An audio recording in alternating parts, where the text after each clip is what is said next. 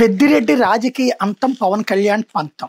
తద్వారా ఒక సామాజిక వర్గం అంతా పెద్దిరెడ్డికి శత్రుత్వం. అట్లాగే పెద్దిరెడ్డి కుటుంబం మొత్తాన్ని ఆర్థిక, రాజకీయంగా ముంచేయటం అన్నటువంటిది మరొక వైపున తెలుగుదేశం పార్టీ శపథం. తద్వారా అక్కడ మరొక సామాజిక వర్గానికి శత్రుత్వం.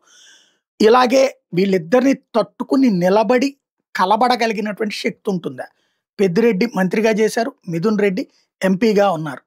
ఇద్దరు ఇప్పుడు ఎమ్మెల్యే, అట్లాగే మంత్రి. వీళ్ళు వాస్తవంగా వాళ్ళ జిల్లాకి పరిమితం, వాళ్ళ నియోజకవర్గానికి పరిమితం. బట్ వీళ్ళిద్దరిని ఇదివరకు రాజశేఖర్ రెడ్డి ఎట్లా అయితే ఫ్యాక్షనిస్టు, అతను ప్రపంచానికి మంచోడు కాదు, శత్రువు అంటూ సుదీర్ఘకాలం పాటు ప్రచారం చేసి చివరికి ఆయన అధికారంలోకి వచ్చాక కానీ రాజశేఖర్ రెడ్డి గురించి పాజిటివ్ ప్రజలకు తెలియలేదు. ఇవాళ రాజశేఖర్ రెడ్డికి భక్తులు తయారయ్యారు అంటే కారణం అదే. సుదీర్ఘకాలం పాటు తనను ఒక విలన్గా, ఒక రాక్షసుడుగా, ఒక ఉన్మాదిగా చూపించుకుంటూ వచ్చారు. అందువల్లనే అతన్ని ముఖ్యమంత్రి కాకుండా సుదీర్ఘకాలం పాటు అడ్డుపడ్డారు. బట్ 2004లో ముఖ్యమంత్రి అయ్యాక ఆయనలోని అసలు రూపం చూశారు. పాజిటివ్ ఇమేజ్ వచ్చింది.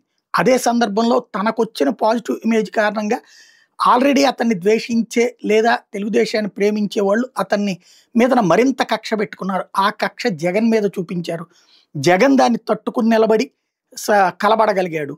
అలాంటి జగన్ తనకి పెద్దిరెడ్డి ద్వారా చంద్రబాబుని దెబ్బకొట్టే ప్రయత్నం చేశారు కాబట్టి అటు జగన్ మీద ద్వేషంతో పాటు పెద్దిరెడ్డి మీద ద్వేషము విపరీతంగా పెంచుకున్న వాళ్ళు ఉన్నారు. కాబట్టి ఇప్పుడు పెద్దిరెడ్డి మీద ఇప్పుడు ఇంకొకటి పవన్ కళ్యాణ్ కూడా స్వయంగా పెద్దిరెడ్డి సంగతి తేలుస్తామని చెప్తున్నటువంటి రోజుల్లో మరి తట్టుకు నిలబడగలడా చూడాలి.